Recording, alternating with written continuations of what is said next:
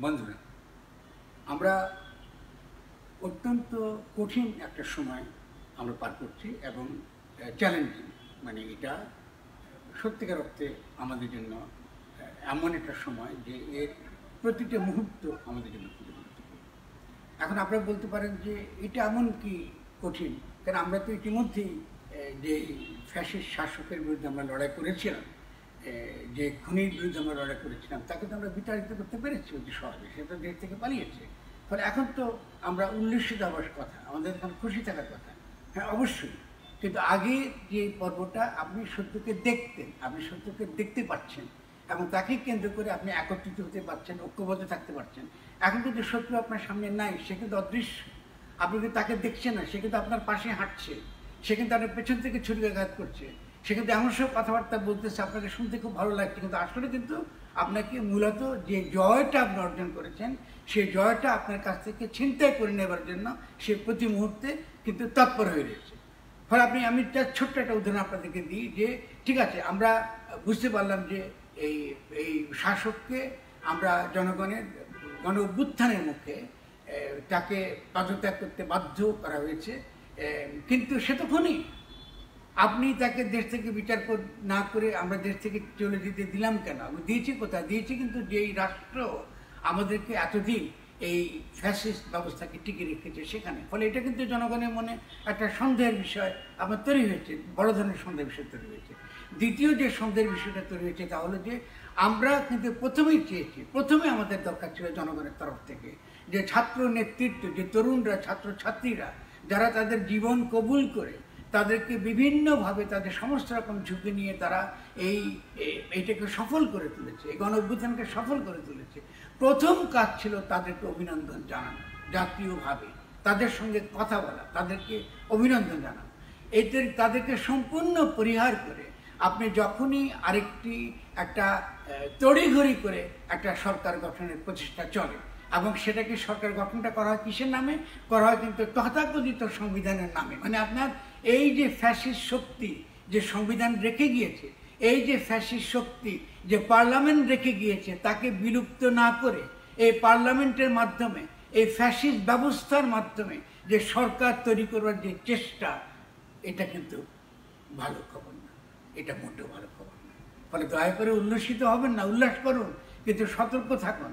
কারণ আমাদের কাছে এখন সবচেয়ে বড় বিপজ্জনক হচ্ছে আমাদের তরুণ ছাত্র নেতৃত্বকে রক্ষা করা, তাদেরকে যে কোনোভাবে হোক রক্ষা করা। কারণ এই লড়াইটা শেষ হয় নাই। প্রথমত এটা বুঝতে পারাটা আমাদের জন্য সবচেয়ে গুরুত্বপূর্ণ। এখন আপনাদেরকে আমি যে জিনিসটা বোঝাবো সে হলো যে মূল যেই সমস্যাগুলো আসলে কি, এখন কি সমস্যা আমাদেরকে জাতীয়ভাবে সমাধান করতে হবে এবং আমাদের ব্যবহারিক সমস্যা মানে প্র্যাকটিক্যাল সমস্যাটা কি, এটা আমাদের বুঝতে হবে। এবং কী ধরনের প্রস্তাবনা সমাজে এলে আমরা বুঝবো এটা জনগণের প্রস্তাবনা, আর কী ধরনের প্রস্তাবনা এলে আমরা বুঝবো এটা ফ্যাসিস্ট শক্তির পক্ষের প্রস্তাবনা। দুটো পার্থক্য, একটা হচ্ছে জনগণের গণ অভ্যুত্থানকে রক্ষা করা এবং তাকে আরও পূর্ণাঙ্গ করে তোলার প্রস্তাব, আর আরেকটার প্রস্তাবটা সমাজে থাকবে যে ফ্যাসিস্ট শক্তি ফিরে আসার জন্য যে সকল প্রস্তাবনা দেয়। এই যে দুটো প্রস্তাবনার পার্থক্য, এটা জনগণকে খুব পরিষ্কারভাবে তাদের কাছে বুঝতে হবে। পরে আমি চেষ্টা করব এটা আপনাদেরকে বোঝাতে, দরকার হলে বারবার বোঝাবো, কিন্তু আপনাদেরকে বুঝতে হবে যে আপনারা যে বিজয়টা এনেছেন এটা যেন কেউ ছিনতাই করে নিয়ে যেতে না পারে।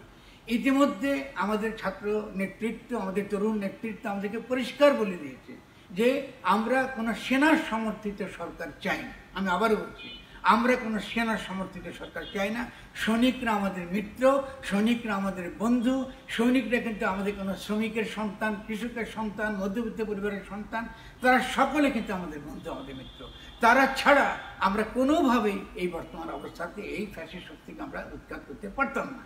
কিন্তু আমাদেরকে মনে রাখতে হবে সেনা সমর্থিত সরকার মানে ফ্যাসিস্ট ব্যবস্থা যেভাবে একটা প্রতিষ্ঠানকে সাজিয়ে রেখে গেছে, যেভাবে তার মধ্যে তার তার তার তার শক্তির, তার পুনরায় ফিরে আসার যেসব খুঁটিগুলো সে রেখে গেছে, এই খুঁটিগুলোকে অক্ষত রেখে কিন্তু আমরা কিছুতে এই বিপ্লবকে আমরা ধরে রাখতে পারবো না। ফলে এটা আপনাদের মাথার মধ্যে রাখতে হবে যে এই যে আমরা যে রাখতে পারবো না তার সন্দেহটা কেন তৈরি হচ্ছে এবং এটা আমরা কেন খোলামেলা বলতে চাইছি, আমাদের ঝুঁকি নিয়েও বলতে চাইছি এই কারণে যে আমাদের যে মিত্ররা যারা আছেন, আমাদের সৈনিকদের মধ্যে যে মিত্র আছেন, আমাদের সেনাবাহিনীর মধ্যে মিত্র আছেন, এমনকি আমাদের সেনা প্রধানের মধ্যে যে দরদটা আছে, তারা বুঝবেন যে আমাদের এই যে আমাদের যে কি বলে আতঙ্ক বলবেন বা আমাদের যে আশঙ্কা, এই যে আমাদের যে আশঙ্কা, আশা করি তিনি এটা একটু ভালো করে বুঝবেন এবং এটাকে তিনি প্রপারলি ঠিকভাবে এটাকে তিনি মীমাংসা করার চেষ্টা করবেন। কারণ আমরা ছাত্র নেতৃত্বকে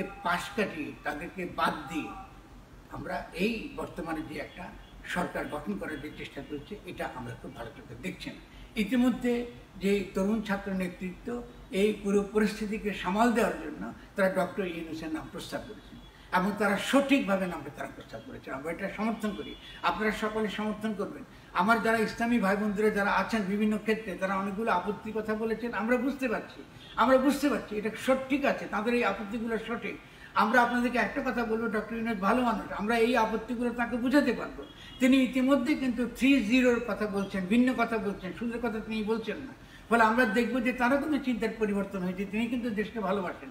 কিন্তু এখন আমাদেরকে অনেক অনেক বেশি কৌশলী হতে হবে যদি আমরা বিপ্লবের মর্মটা রক্ষা করতে চাই। ফলে ছাত্ররা কৌশলগতভাবে তারা যে অবস্থানটা নিয়েছে এটা সঠিক অবস্থান, দয়া করে এটা বুঝুন এবং তাদের পেছনে তাদের এই কৌশলী অবস্থানের পক্ষে আপনারা দাঁড়ান। নইলে কিন্তু আমরা এই পুরো পরিস্থিতিকে আমরা কিন্তু সামাল দিতে পারবো না। ফলে আপনাদেরকে পরিষ্কার আপনাদেরকে বুঝতে হবে এটা। এখন সমস্যাটা কি, ব্যবহারিক সমস্যাটা কি? ব্যবহারিক সমস্যাটা হচ্ছে যে আমরা একটা ফ্যাসিস্ট যে ক্ষমতাবান ব্যক্তি তাকে বিতাড়িত করতে পেরেছি, কিন্তু আমরা কিন্তু ব্যবস্থার কিন্তু কোনো পরিবর্তন কিচ্ছু করতে পারিনি। তাহলে ব্যবস্থার পরিবর্তনটা কি করে হবে? ব্যবস্থার পরিবর্তন করার মানে হলো এই যে গণক্ষমতা আমরা রাস্তায় দেখছি, জনগণের ক্ষমতা, তাদের উল্লাসের মধ্যে দিয়ে, তাদের আনন্দের মধ্যে দিয়ে তারা যে একটা স্বস্তির নিঃশ্বাস ফেলছে, এই স্বস্তির নিঃশ্বাসটা যেন চিরস্থায়ী করা যায়। এই চিরস্থায়ী করতে হলে আমাদের কি করতে হবে? আমাদেরকে অবশ্যই এই যে গণক্ষমতা আমরা দেখছি, যে গণক্ষমতার জোরে আমরা এই ফ্যাসিস্ট শক্তিকে বিতাড়িত করে এটাকে আমাদের এখন একটা গণক্ষমতা মানে একটা প্রাতিষ্ঠানিক গণক্ষমতার যোগ দিতে হবে। তাহলে এটাকে কি বলে? এটাকে বলা হয় যে গণ আন্দোলনকে আমরা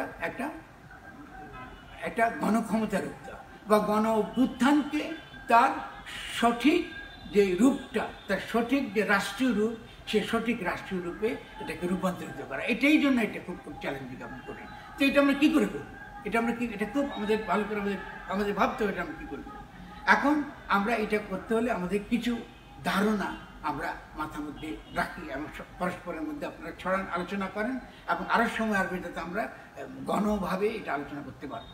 প্রথম কথাটা হলো যে আমরা যে সরকারটা গঠন করতে যাচ্ছি তাকে বলা হচ্ছে অন্তর্বর্তীকালীন সরকার। ঠিক আছে? অন্তর্বর্তীকালীন মানে কি? মানে হলো এই যে ক্ষমতা যারা এখন নেবেন, ক্ষমতা যারা এখন লাগবেন, নিচ্ছেন বা নেবেন বা যারা আসবেন, এরা হলেন অন্তর্বর্তীকালীন সরকার। এটা কোনো সাংবিধানিক সরকার নয়, মানে বর্তমান ফ্যাসিস্ট সংবিধানের অধীনে তৈরি কোনো সরকার নয়। এটা পরিষ্কার মাথায় রাখবেন। যখনই তারা বলে যে বর্তমান সংবিধানের অধীনে, বর্তমান সাংবিধানিক ধারাবাহিকতা বজায় রেখে আমাদেরকে এই সরকার গঠন করতে হবে এবং এই সরকারকে মানতে হবে, আপনারা বুঝবেন তৎক্ষণাৎ তারা বিপ্লবকে কী করছে, ছিনতাই করে নিয়ে যাওয়ার চেষ্টা করছে। এটা করতে দেবেন না। তাহলে কি করতে হবে? তাহলে এটার আইনি পদ্ধতিটা কি? আইনি পদ্ধতি খুব সিম্পল পদ্ধতি। এটা যে কোনো রাজনৈতিক সাহিত্য পড়েন, আইনের বই পড়েন, আপনি দেখবেন যদি কোনো বিচারকরা বা কোনো উকিল বা কোনো তথাকথিত আইন বিচারক আমাদের সঙ্গে কথা বলতে চান, আমরা কথা বলতে তাদেরকে বুঝিয়ে দিব। জনগণের গণ অভ্যুত্থানের মধ্যে, গণ অভ্যুত্থান রাস্তায় যে জনগণ আজকে তাদের অভিপ্রায়টা ব্যক্ত করছে, রাস্তায় জনগণ তাদের যে গণতান্ত্রিক অভিপ্রায়টা ব্যক্ত করছে, এটাই গণতন্ত্র, এটাই সার্বভৌম শক্তি। এটার কাছে সেনাবাহিনী বলুন, আমলা বলুন, পুলিশ বলুন, যত শক্তি আছে সমাজের সকল শক্তিকে প্রথমত আনুগত্য স্বীকার করতে হবে। জনগণের কাছে আনুগত্য স্বীকার করতে হবে। এটা ঘোষণা দিয়ে করতে হবে যে আমরা এটা একটা গণ অভ্যুত্থান এবং এই গণ অভ্যুত্থানই বৈধ। এই গণ অভ্যুত্থানই আগামী দিনে যে সরকার গঠিত হবে সেই সরকারের বৈধ ভিত্তি। আমি আবারও বলছি, এটা আইনের দিক থেকে এবং রাজনৈতিক সাহিত্য যেটাই আপনি পড়েন তারা সবসময় বলবে গণ অভ্যুত্থানটা হলো একমাত্র বৈধ ভিত্তি। এই যে আপনি শেখ হাসিনা পদত্যাগ করলো, সাংবিধানের কোন আইনে পদত্যাগ আছে? কেন তিনি পদত্যাগ করতে চান নাই? তাকে পদত্যাগটা হয়েছে কি জন্য? যেহেতু জনগণের ক্ষমতা দেখিয়েছে জনগণ, সে ক্ষমতার তোড়ে তিনি ক্ষমতা থেকে চলে গেছেন, তার জন্য সংবিধান কোনো বাধা হয়ে দাঁড়ায়। ফলে আগামী দিনের যে আমরা অন্তর্বর্তীকালীন যে সরকারটা গঠন করতে চাই, এটাকে কোনোভাবেই সংবিধানের অধীনে নেওয়া যাবে না। সংবিধানের অধীনে নেওয়া মানে হলো এটাকে বিপ্লবের আমরা চিন্তা করে নিয়ে যাওয়া। এটা আপনাদেরকে অত্যন্ত সতর্ক থাকতে হবে। তর্কটা খুব পরিষ্কার, সংবিধানের অধীনে কি সরকার হবে, নাকি এটা অন্তর্বর্তীকালীন বিপ্লবী সরকার হবে, অথবা আপনি বলতে পারেন অন্তর্বর্তীকালীন বিপ্লবী জাতীয় সরকার, যে নাম আপনি দেন না কেন। অন্তর্বর্তীকালীন কথাটা মানে হলো এই সরকার সংবিধানের অধীনে গঠিত হয়নি। এই সরকারের বৈধতার ভিত্তি জনগণ, জনগণই এই সরকারকে ক্ষমতা এনেছে, তার কোনো কাগজ লাগবে না। ফ্যাসিস্টদের সংবিধানটা তেনা কাগজ, এটা কোনো মূল্য নাই। এই যে সংসদটা এখন জারি আছে, এটা ফ্যাসিস্ট সংবিধান, এখানে তাদের কাছ থেকে অ্যাপ্রুভাল নেবার কিছু নাই। ফলে তারা কিন্তু সেটা করছে, তারা যেটা করবে একটা সরকার বানাবে এবং সেই সরকারের ওই জাতীয় সংসদে নিয়ে গিয়ে এই সরকারকে বৈধ বলে হাজির করবে। মানে এই সরকার কিন্তু আসলে ফ্যাসিস্ট সংবিধানের দ্বারা এবং ফ্যাসিস্ট জাতীয় সংসদ, এটা অনির্বাচিত, আপনি জানেন, অনির্বাচিত সরকার দ্বারা এটা তাদেরকে তারা বাধ্য করবে যে এটাকে তারা কি করবে, বৈধ করার চেষ্টা করবে।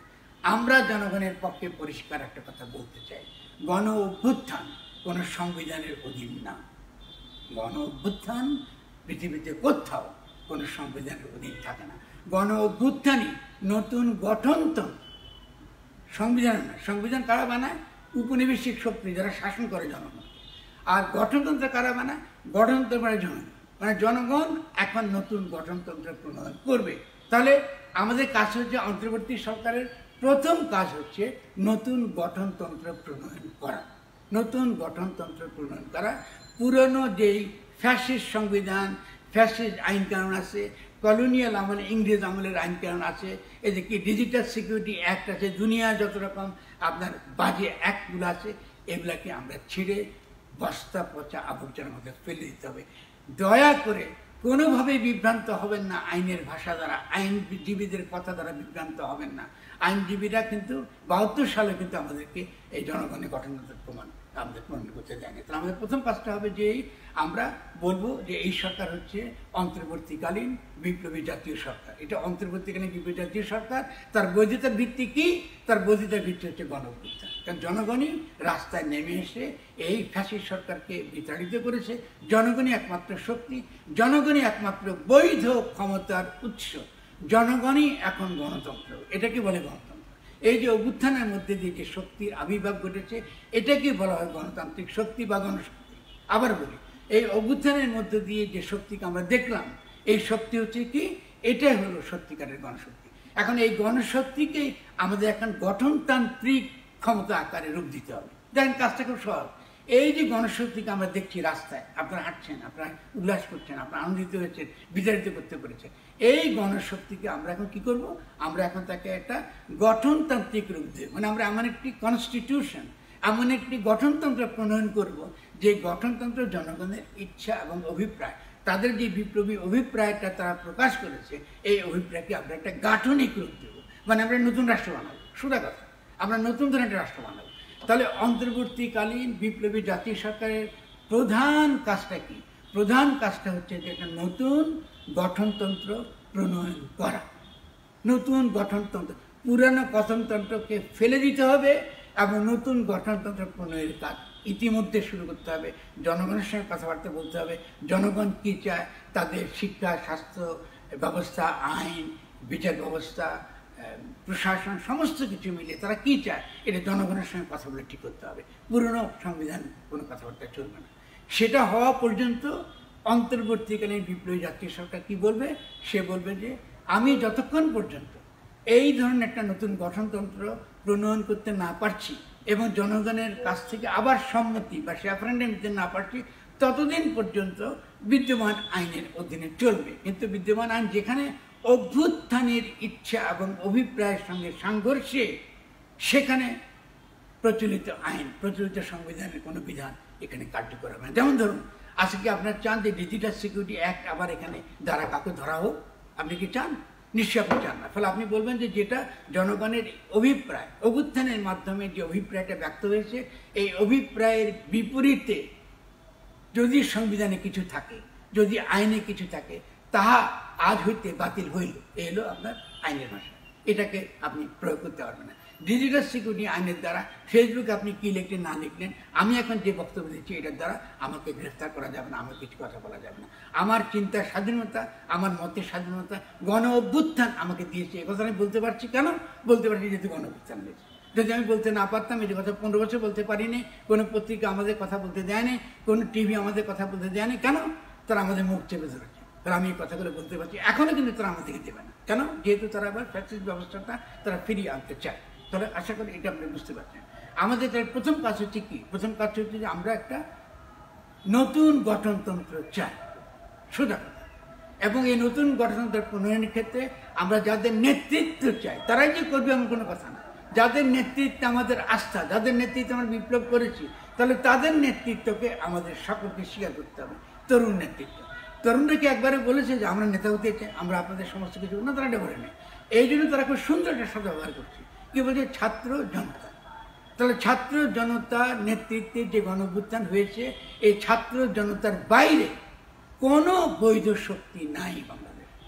যদি এই ছাত্র জনতার শক্তিকে কেউ দমন করবার চেষ্টা করে, তাকে ক্ষুদ্র করবার চেষ্টা করে, তাকে পাশ কাটিয়ে তারা এই পুরনো সংবিধানের অধীনে নতুন একটা রাষ্ট্র, নতুন একটা সরকার বানানোর চেষ্টা করে, মনে রাখবেন আপনাদের হাত থেকে কিন্তু বিপ্লব হাতছাড়া হয়ে গেছে 72 সালের মতো। আপনারা কিন্তু হাতের কাছে পাইয়াও আপনারা কিন্তু হারেন। এবং আমি এটা আপনাদেরকে সতর্ক করে দেওয়া, আমি বেঁচে থাকবো কিনা জানি না, কিন্তু ওইটা আপনাদেরকে সতর্ক করে দেওয়া এটা আমার কর্তব্য। আমি ঠিক সেই কাজটা করে করছি। এখন এই অন্তর্বর্তীকালীন জাতীয় সরকার, যেটা ডক্টর ইউনূসের নেতৃত্বে গঠিত হতে যাচ্ছে, আমি জানি না তার চরিত্র কী হবে, তার কী কী কাজ হতে পারে, কেমন? এখন কেমন তিনি ক্ষমতাটা নেবেন? এখন তো অলরেডি ইতিমধ্যে তো আমরা পদত্যাগ নিয়েছি কে? ফ্যাসিস্ট সংবিধানের দ্বারা বা অধীনে প্রেসিডেন্ট যিনি আছেন, তিনি এটা গ্রহণ করেছেন। তার কাছে আপনি অভ্যুত্থানকে তার কাছে তুলে দিচ্ছেন। এটা হলো? এটা কি হবে? এটা হবে না। ফলে এটা তুলে দেওয়া হবে না। তাহলে আমরা যেটা বলবো যে ঠিক আছে তোমরা করেছো, আমরা বলবো সেনার প্রধান বা আমাদের সৈনিকদের বলবো আপনারা করেছেন, কারণ ইতিমধ্যে এটা আমাদের একটা সাংবিধানিক সংকট তৈরি করেছে। এটা থেকে আপনার বেরোতে চেয়েছেন, আমরা অভিনন্দন জানাই, আমরা তার পেছনে আছি। কিন্তু আমরা তাকে যেটা বলবো যে অন্তর্বর্তীকালীন জাতীয় সরকারের যিনি আসবেন, তিনি এই বর্তমান সংবিধানের অধীনে তিনি কোনো তথাকথিত শপথ গ্রহণ করবেন না। তিনি জনগণের কাছে তিনি শপথ গ্রহণ করবেন। তার শপথটা হবে জনগণের ইচ্ছা এবং অভিপ্রায়ের আনুগত্য প্রকাশ করার মধ্য দিয়ে। এটা লিখবার উকিলি ভাষা কি কেউ না জানলে আমরা লিখে দিই। এটা লিখবার উকিলি ভাষা দেখবেন যে আমাদের স্বাধীনতার সংগ্রামের মধ্যে একটা উকিলি ভাষা আছে, যে যেহেতু আমরা এটা করেছি অতএব আমরা নিজেদেরকে একটা স্বাধীন বাংলাদেশ আকারে ঘোষণা করলাম। ফলে আইনে এগুলো কোনো বাধা নেই, কিন্তু এটা আমরা করতে পারি। আন্তর্জাতিক ক্ষেত্রে এটা গৃহীত, আন্তর্জাতিক আইনেও গৃহীত, এটা কোনো সমস্যা নেই। কিন্তু তারা এটাকে নিয়ে যেতে চাইছে ফ্যাসিস্ট সংবিধানের অধীনে। এবং এই চুপ্পুর হাতে আপনি চিন্তা করেন এই বিপ্লবী সরকার নাকি তার কাছ থেকে আপনার স্বীকৃতি নেবে, তার কাছে স্বীকৃতি না নিলে পাওয়া যাবে না। যারা এগুলো বলতেছে, যেসব আইনজীবীগুলো, এগুলো অতীতের দালাল, এদেরকে চিনি আমরা। ফলে আপনারা এদের কথা বাদ দেবেন, এদের কথা শুনবেন। প্রথম কথাটা হচ্ছে যে তিনি নিঃসন্দেহে অন্তর্বর্তীকালীন জাতীয় সরকার, তিনি প্রথমত ক্ষমতা কী করবেন? জনগণের পক্ষে, গণ অভ্যুত্থানের পক্ষে, গণ অভ্যুত্থানের বৈধতার ভিত্তিতে, গণ অভ্যুত্থানের মধ্য দিয়ে জনগণের যে সার্বভৌম অভিপ্রায় আমরা দেখেছি, সেই অভিপ্রায়কে তিনি ধারণ করে সেই অভিপ্রায়কে একমাত্র বৈধ, তার ক্ষমতার বৈধতার ভিত্তি গণ্য করে তিনি নতুন সরকার তিনি গ্রহণ করবেন। এটা খুব পরিষ্কার আমাদের মাথায় থাকতে হবে। এবং তাহলে এখন আমরা কি করব? ইতিমধ্যে তো আপনার পালিয়েছে, ফ্যাসিস্ট প্রধানমন্ত্রী পালিয়েছে। তাহলে এখন যেটা করতে হবে তাহলে যে এই সরকার যখন গঠিত হবে তখন প্রেসিডেন্টের কাজ হবে, যেহেতু এখন ক্ষমতা প্রেসিডেন্টের হাতে তথাকথিত ফ্যাসিস্ট সংবিধানের অধীনে, এই প্রেসিডেন্ট যখন ক্ষমতা হস্তান্তর করবে বিপ্লবী জাতীয় সরকারের হাতে, অন্তর্বর্তী জাতীয় সরকারের হাতে, তখন তিনি যেটা করবেন সেটা হলো যে